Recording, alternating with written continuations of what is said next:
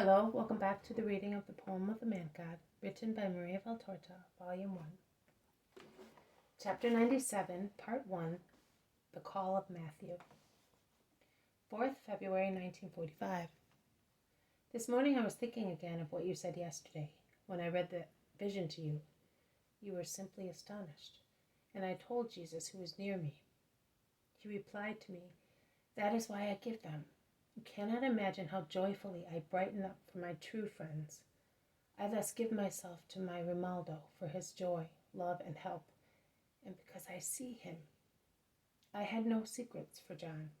I have none for the Johns. Tell old John that I give him so much peace and a good catch of fish. No catch for you.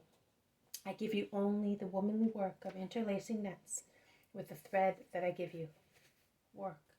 Go on working, and do not be upset if you have no time for anything else. Everything is in this work.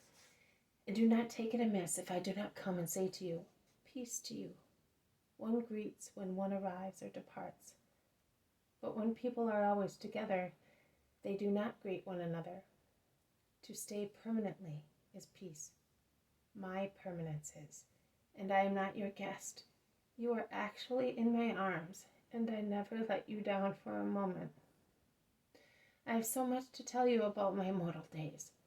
However, I will make you happy today, and I say to you, may my peace be with you."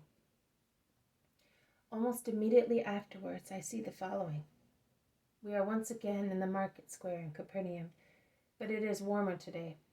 The market is already over, and in the square there are only a few idlers chatting and some children playing.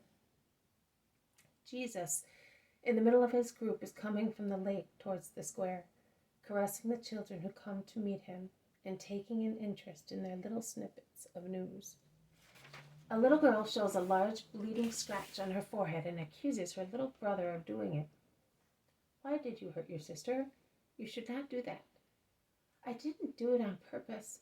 I wanted to pick those figs, and I took a stick, but it was too heavy and it fell on her.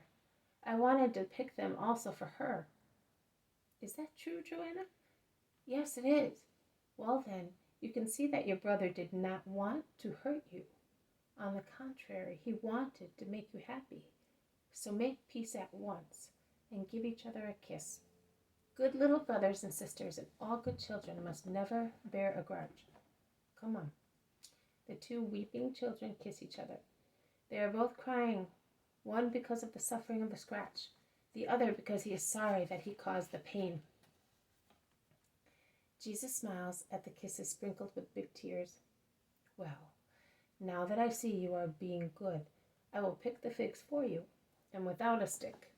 No wonder, tall as he is and with such long arms, he can do it without any trouble."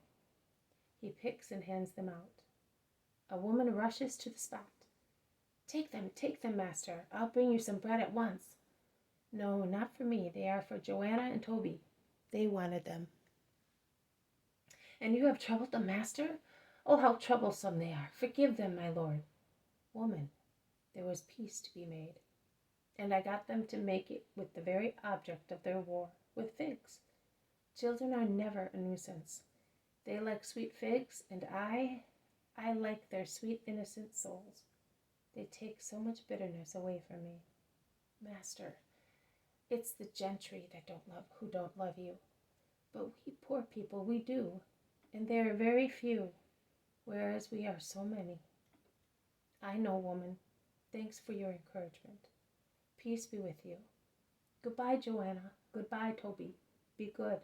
Do not harm each other and bear no ill will, all right?" "Yes, Jesus," answered the children. Jesus walks away and he says, smiling, "Now that with the help of figs we have cleared the sky of all clouds, we are going to... Where do you think we are going?" The apostles do not know. Some mention one place, some another, but Jesus shakes his head every time and laughs. Peter says, "I'm giving up, unless you tell us. I'm in a bad mood today. You did not see him, but when we were coming off the boat, there was Eli the Pharisee, and he was green with envy, more than ever, in the way he looked at us." Let him look. That's all we can do, but I can assure you, master, that 2 figs won't be enough to make peace with him. What did I say to Toby's mother? I made peace with the very object of their war, and I will try to make peace by paving my respects to the eminent people in Capernaum, since they feel that I offended them. So someone else will be happy. Who? Jesus does not answer the question, and he goes on. Probably I will not be successful, because they are not willing to make peace. But listen, if in all contests the wiser of the 2 would give in, and instead of persisting in wanting to be right, he came to an agreement, even sharing equally what I would also admit might belong to him by full right, the situation would be a better and a more holy one. People are not always harmful on purpose. Sometimes one does harm without wishing to. You must always consider that and forgive. Eli and the others are convinced that they are serving God with justice by acting as they do, with patience and perseverance, and with humility and good grace. I will endeavor to persuade them that new times have come and that God now wants to be served according to my teaching. Good grace is the shrewdness of an apostle. Perseverance is his weapon. His example and prayers for those to be converted are his success.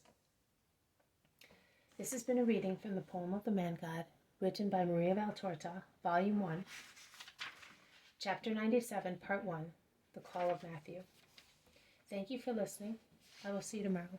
May God bless you, and may peace be with you.